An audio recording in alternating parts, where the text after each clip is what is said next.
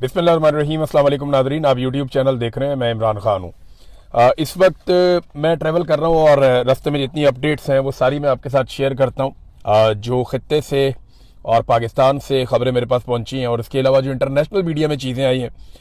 एक तो अरब अब इस लड़ाई में उतरने जा रहे हैं, इस किस्म के अंदेशे का इजहार किया जा रहा है। यानी कुछ खबरें चलाई गई कि शायद यूएई ने पहला अटैक किया ईरान के ऊपर।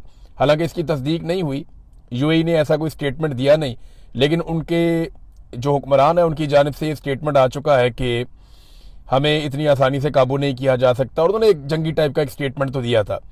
ये इसराइली सोर्सेज से खबर आ रही है। इसराइल की पूरी ख्वाहिश है कि कुछ भी करके अरब ममालिक को इस लड़ाई के अंदर उतारा जाए। इसी सिलसिले में सऊदी अरब ने पाकिस्तानी फील्ड मार्शल को तलब किया था। उन्हें बुलाकर याद दिलाया गया कि आपने हमारे साथ एक दिफाई मुआहदा किया था, जिसपे आपको काफ़ी प्रोटोकॉल भी दिया गया था। फिर दूसरी बात यह है कि पाकिस्तानियों को याद दिलाने की ज़रूरत नहीं है कि सऊदी अरब के अरबों डॉलर हमारे अकाउंट्स में पड़े हुए हैं, हम उनसे उधार तेल भी लेते रहते हैं, तो बहुत सारे एहसानात हैं। तो वक्त आ गया कि अब उनकी बात मानी जाए। अब मामला यह है कि अगर अरब ममालिक इस लड़ाई के अंदर उतर जाते हैं तो सबसे बड़ा बेनिफिशरी कौन होगा?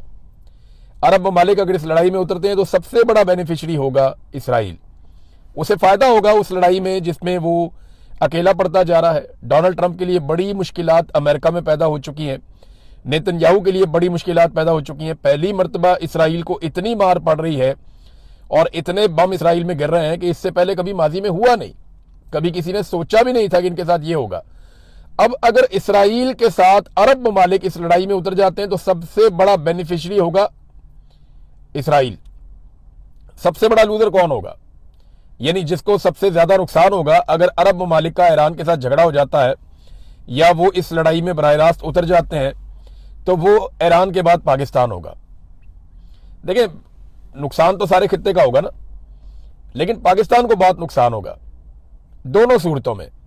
नंबर एक ये कि पाकिस्तान अपने एक हमसाये से हाथ धो बैठेगा।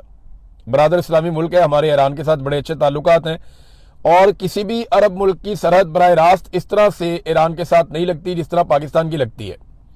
पाकिस्तान एक लंबी सरहद शेयर करता है ईरान के साथ और उस सूबे की सरहद शेयर करता है ईरान के साथ जिस सूबे में हालात बहुत ख़राब है, जिस सूबे में आप रात के वक्त ट्रेवल नहीं कर सकते, बलूचिस्तान में, उसके साथ ईरान लगता है।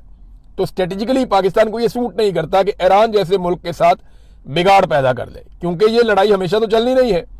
अब लड़ाई का क्या नतीजा